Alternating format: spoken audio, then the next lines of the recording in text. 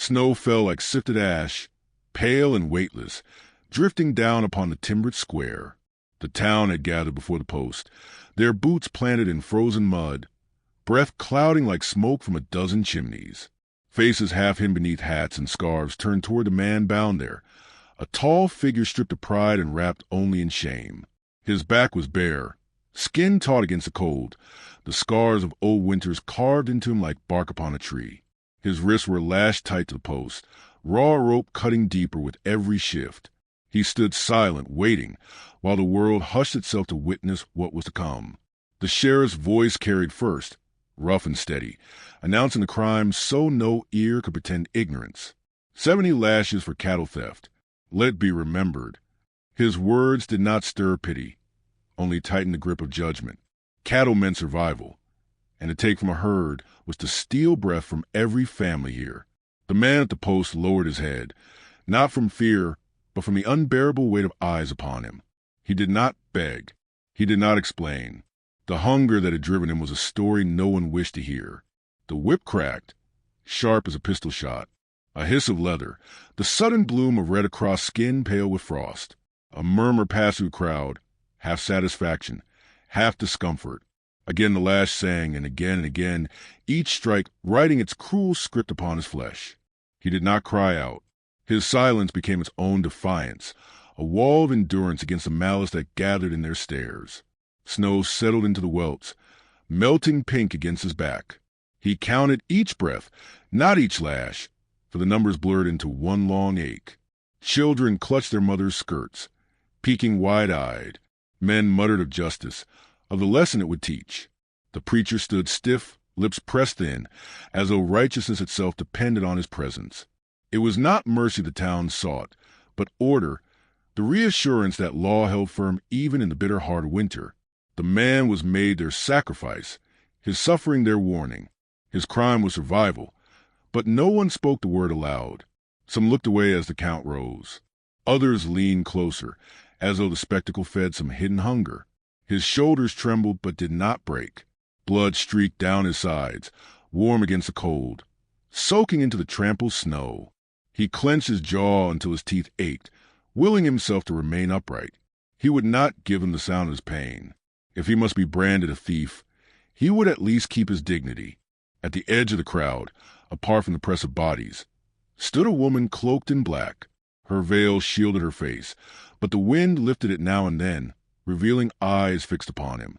She was known here, though not loved.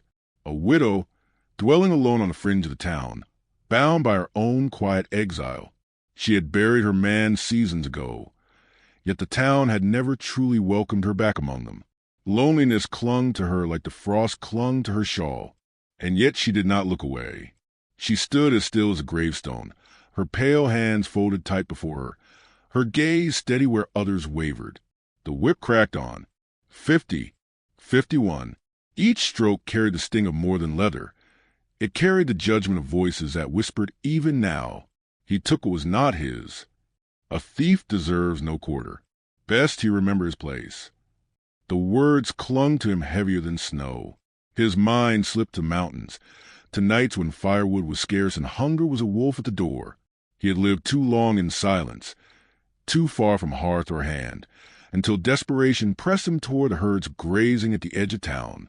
Now the choice to live had become the reason for his breaking. 60. The sheriff's arm grew tired, but the crowd held fast, demanding the measure be full. The man sagged against the post, his breath a ragged fog. He did not weep, though the world swam red before his eyes. Snowflakes gathered on his lashes, melted by heat and salt. He thought of no one waiting for him. No hand would soothe his wounds. No voice would call his name. He was alone in the world, save for the sting of leather and the weight of his shame. Then it ended. 70. The final lash fell with a crack that echoed through the silent square. The sheriff stepped back, sweat on his brow, and the crowd exhaled as one, like a beast satisfied with its meal. The man slumped but did not collapse. His knees bent, his back shuddered, yet he held his ground.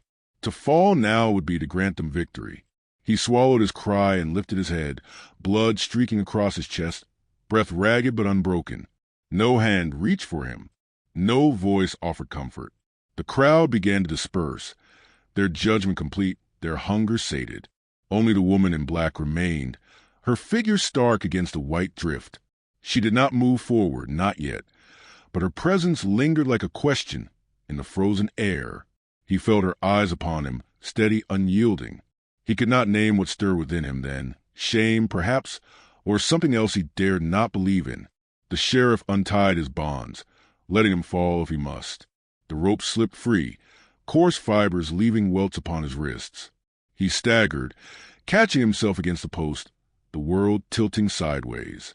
No one stepped closer, no one offered an arm. They turned back to their hearths, their fires, their comfort.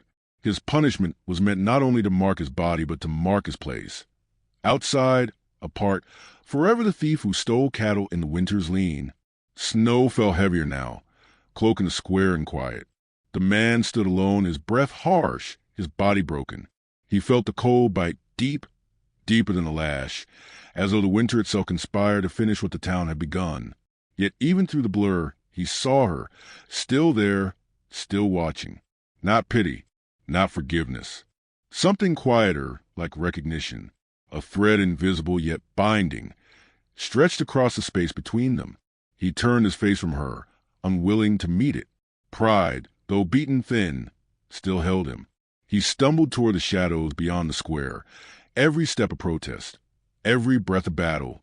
Behind him, the snow covered the crimson trail he left, erasing the proof of his suffering. Before him, the mountains waited, cold and indifferent, the only home he knew. But her gaze followed, lingering, as if refusing to let him vanish entirely. The square emptied, the silence returned, and only the falling snow bore witness to what had passed. Yet something unseen had shifted, quiet as a breath in the night. The lash had marked him, but it had also drawn unseen eyes to his fate. And though he did not yet know it, the path ahead would not be walked alone. The shed smelled of damp wood and iron rust. He lay upon straw blackened by years of use, his back a map of raw ridges and seeping lines. The cold crept beneath the loose boards, sliding into his bones. Each breath was shallow, ragged, rattling like dry leaves in the wind. He could not lift his arms without fire licking up his spine, yet he refused to let sleep take him. Sleep felt too close to surrender, and surrender was what the town wished of him. He clenched his teeth, tasting iron, willing himself awake though his vision blurred and swam. The world outside pressed close.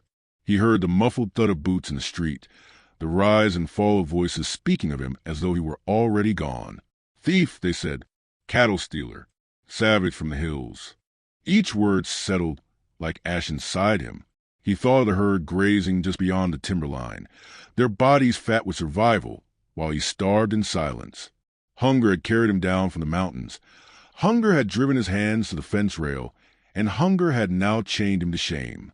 Snow whispered against the roof, a steady hush, as though heaven itself sought to muffle the memory of his punishment. He closed his eyes, and for a moment a lash returned. The crack, the sting, the crowd's breathless silence. He forced it back, forced himself to feel only the straw, the bite of the boards beneath his shoulders. He whispered nothing. Words would have been wasted in a world deaf to his truth. Days blurred. He lost track of hours, of when the gray light slid between the slats and when darkness pressed against the walls. Pain dulled into a throb, steady and unrelenting, until he wondered if he could ever remember life before it.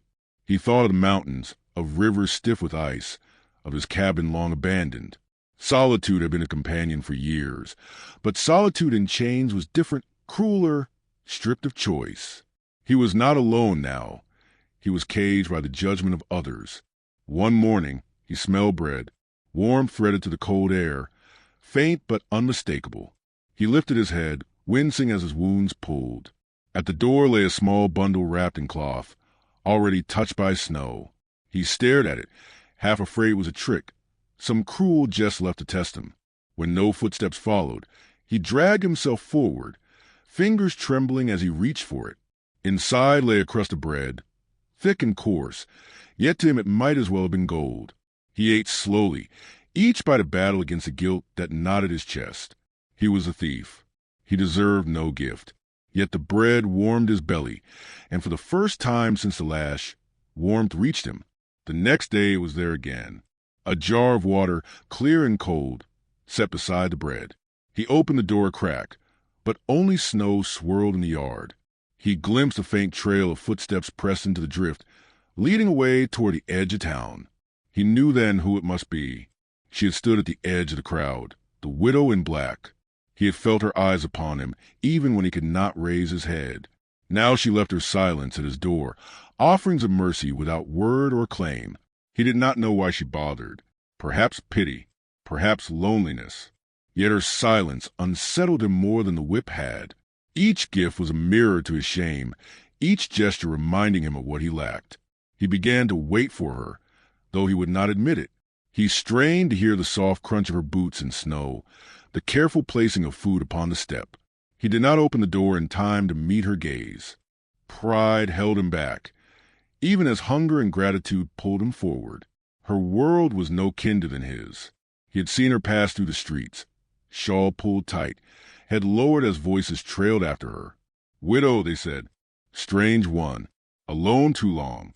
The town tolerated her presence, but never invited her in. He understood that exile. He wore it on his skin. They were not the same, but they shared the mark of those a town could not forgive. One evening, through the slit in the boards, he watched her walking away. Snow gathered in her dark veil, glittering like stars against cloth. Her shoulders were narrow, her pace slow, as though the weight of solitude pressed heavier than the wind. He felt a stirring he could not name. Not love, not yet, but a recognition. She, too, lived on the edges, surviving on the scraps the world permitted. Her bread was not charity. It was a thread of connection, spun thin but strong enough to hold. He began to move again, slowly at first, testing his limbs, lifting his arms despite the searing pull of his wounds. He stacked the straw neatly in the corner, cleaned the floor with what strength he had, shaped the shed into a place less cruel. Each act, though small, was his answer to her gifts. He would not remain a broken man. If she saw worth in him, he would not remain unworthy. Yet the whispers outside grew sharper. The townsfolk noted the widow's absence, the bread missing from her shelf, the way her gaze strayed toward the shed on the edge of the square.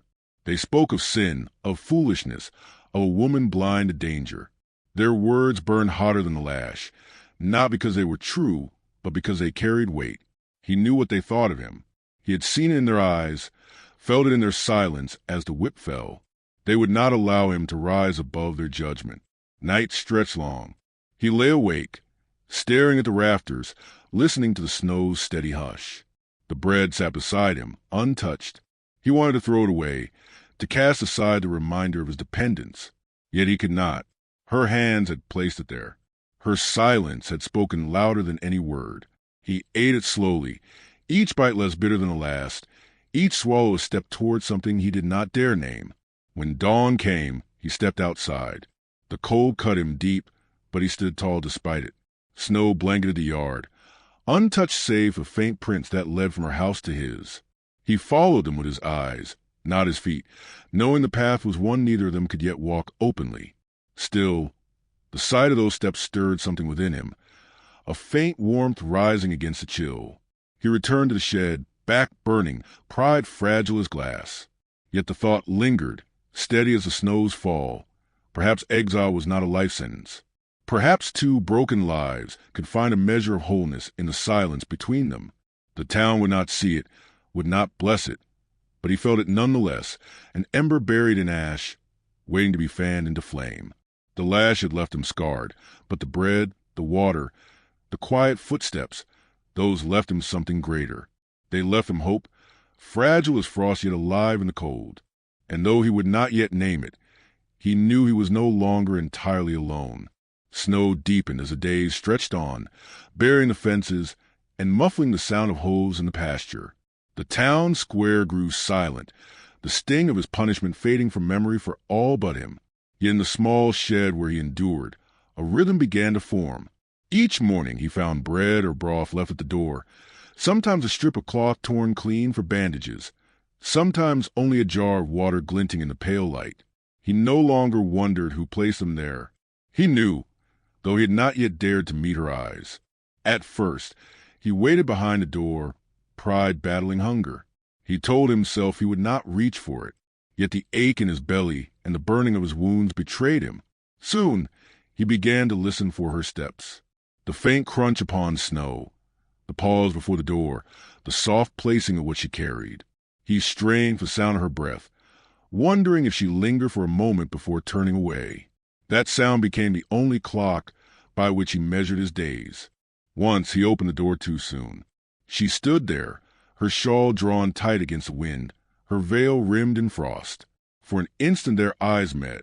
Hers were not filled with pity, as he had feared, nor with fear itself, but with a quiet steadiness that struck deeper than words. He froze, ashamed to be caught clutching what she had given. She said nothing, only set down the bundle and stepped back into the snow, vanishing before he could summon a single word. That silence haunted him more than any insult ever had. As strength returned, he forced his hands to labor. He chopped wood at the edge of the shed, his body trembling with the effort, his breath a harsh plume against the air. He patched holes in her fence when no one was watching, leaving the boards mended without claim. These acts were his answer to her bread, his attempt to balance a scale he feared would never even. He did not seek thanks, but he found himself hoping she noticed. One evening, as the sky bled orange over the drifts, she passed him carrying water from the well. The bucket swung heavy against her small frame. He stepped forward without thinking, pain searing his back as he reached for the handle. She hesitated only a breath before letting him take its weight. The moment was brief, wordless, but when their hands touched on the wooden handle, a current passed through him, fragile and startling. He carried the bucket to her door, set it down, and turned away. Still, he felt her gaze on him long after. The town began to whisper. 2 exiles drawing near was too sharp a tale to ignore. Men muttered in the saloon. Women murmured at the well. The widow, they said, had lost her senses. To tie herself to a thief was to invite ruin. Their voices spread like frost along windows, creeping into every corner. He heard them and knew she heard them too. Shame returned, heavier than before, not for the lash but for the shadow he cast upon her. Yet she did not turn away. She walked with her head high through the square, her shawl pulled close but her step firm. He watched from a distance, torn between gratitude and guilt. Each whisper struck him like a stone, but her silence remained unbroken, her gaze as steady as the snow's fall. If she carried a burden, she carried it without complaint. Nights grew colder. He worked in secret, gathering wood and stacking it against her wall. He cleared snow from her door, though his fingers burned with frost. These were small labors, but each one stitched a thread between them. She began to leave more than food, a blanket one night, a lantern the next. He wondered if she, too, had begun to wait for the sound of his presence, the echo of his steps in snow. There came a night when the wind howled fierce and the moon shone cold over the hills. He lay awake, wound stiff, listening to the storm beat against the boards. A knock sounded at the shed door.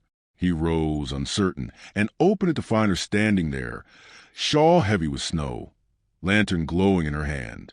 She did not speak, only looked at him with that same steady gaze. He stepped aside, and for the first time, she crossed his threshold. Inside, silence filled the space between them. She set the lantern down, its glow soft against the rough walls. Her eyes swept over his meager corner, the straw neatly arranged, the rough attempt at order. She reached out, her hand brushing the blanket he had folded. For a moment, her fingers lingered there, and he saw in her face a weariness that matched his own. Not pity, not sorrow, but the recognition of a life carried alone too long. She left soon after, as quietly as she had come, but the lantern remained, its flame burning through the night. He lay awake beside its glow, the warmth of her presence lingering long after she was gone. For the first time in years, he felt the walls of solitude shift, as though the world allowed a crack of light to enter. The days that followed held no great declaration, no promises spoken, yet the silence between them grew fuller, no longer empty but alive with what was left unsaid. He felt in the weight of her gaze when her paths crossed, in the care of her hands when she left food behind, in the small curve of her shawl as she braced against the wind. And though he carried the scars of 70 lashes, though the town marked him as thief and outcast, he felt something begin to mend. Their bond did not rise loud like a shout, but settled soft as snow, layering slow, covering what was broken without erasing it. In her, he found not forgiveness but recognition. In him, she found not redemption but presence. Together they began to carve a place, fragile and quiet, against the cold judgment of the world. And though the town's whispers sharpened, though exile pressed against them, they walked forward all the same, step by step, leaving faint trails in the snow that the wind could not erase. The winter deepened until the land itself seemed to groan beneath the weight of snow. Nights stretched long, days pale and short, and hunger prowled the town like a wolf with no master. When the cattle vanished, 2 gone from the sheriff's herd, the whispers began before the hoofprints had cooled in the frost. They did not search far for blame. They looked toward the shed where the scarred man labored in silence, toward the widow's house where a lantern light flickered late. The voices rose quick and sharp. He's done it again. A thief never changes. She hides him, feeds him, turns blind to his crimes. Words that had once been muttered now rang bold in the square. By the time the sheriff's boots struck the frozen boards, the crowd had gathered, a ring of faces etched with suspicion. The man stepped outside before they could drag him, his back straight despite the fire still lodged in his scars. He said nothing. Silence had been his shield since the lash, but silence now carried a weight of guilt he did not deserve. The sheriff's hand rested on his pistol. 2 cattle gone. Tracks point north, toward the hills you call home. You'll answer for it. The crowd pressed closer, a tide eager for blood, eager to see the post filled again. The man did not flinch, though his body quaked from cold and from the knowledge that nothing he spoke would turn their judgment. He opened his mouth to protest, but no words came. His voice had been taken today. They stripped him bare and lashed him into submission. What defense could stand against a hunger for a scapegoat? Then she came. The widow, shawl pulled close, veil trembling with frost, stepped between him and the crowd. Her boots sank deep in snow, yet she stood taller than the men who cursed her. The sheriff paused, his brow furrowed, as her eyes lifted to meet his. She did not raise her voice, yet carried clear in the frozen air. He has taken nothing. You know this. A murmur rippled through the gathering. Some scoffed, others spat, but none turned away. She pressed on, her words steady, her breath a plume of fire in the cold. You saw him lashed. 70 times they cut him down. He bore it in silence, though no soul here would have endured half. You marked him a thief, yet since that day he has given more than he has taken. Who mended your fences? Who stacked wood against your storms? He asked for nothing, yet you heap blame upon him still. You say you follow law, but what law is it that condemns without proof? Her hands trembled, but she did not falter. The man behind her felt a weight lift from his chest, though he had not earned it. Her words wrapped around him like the bread she once left his door, fragile yet sustaining. For the first time since his punishment, he lifted his gaze to meet the crowd's. His voice, raw with disuse, rasped into the cold. I stole once. I do not deny it. Hunger made a beast of me, but I have not touched your herds again. Believe it or don't, truth is all I have left. The sheriff studied him, torn between duty and doubt. The crowd wavered, some eyes narrowing, others softening. Suspicion still clung, but the certainty had cracked. It was the widow who had made the break, her courage cutting deeper than any lash. Yet the man knew the danger had not passed.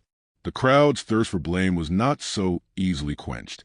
The silence stretched, brittle as ice. Then from the edge of the square came a shout.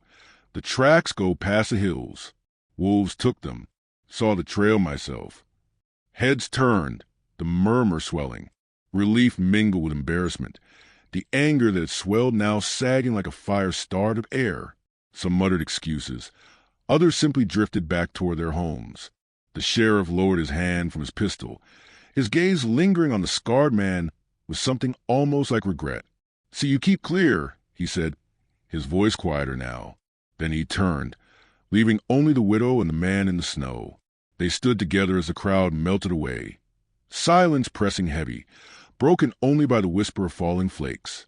She turned to him then, her veil lifted by the wind, her eyes shining with a light that made the storm around them fade. For a long moment neither spoke.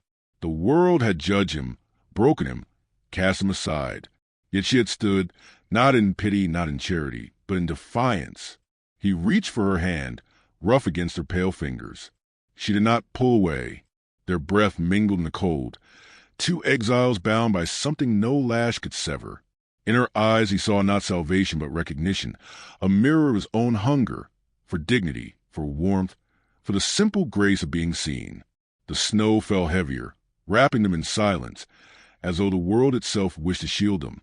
For the first time since the lash, he felt the weight of his shame ease. Not gone, for scars do not vanish, but lessened, shared. He straightened, no longer bent beneath the judgment of the town, but lifted by the quiet strength of the woman beside him. He would still be the mountain man, still carry the name of thief upon some lips. But in her gaze he was more. He was a man who had endured, who had been seen and chosen not despite his scars, but with them. The storm thickened, the square empty save for two figures standing firm. The man looked once more at the post where he had bled, the wood darkened by memory. He no longer feared it. The crowd might call again, but he knew now he would not face it alone. The widow's hand tightened in his, her grip steady as the ground beneath the snow. Together they turned, leaving the square behind, their footprints side by side in the drift. The wind rose, but the trail they carved remained, proof against the storm. And in that silence he understood. Mercy had not come from law, nor from the crowd, but from a single act of grace. A hand extended in the dark, a voice raised when silence would have been safer. Such things, small and fragile, were stronger than the lash, stronger than shame. They vanished into the snow, two shadows against the pale, carrying with them the lesson the crowd had refused to learn, that a soul, no matter how scarred, could still be worthy of standing tall.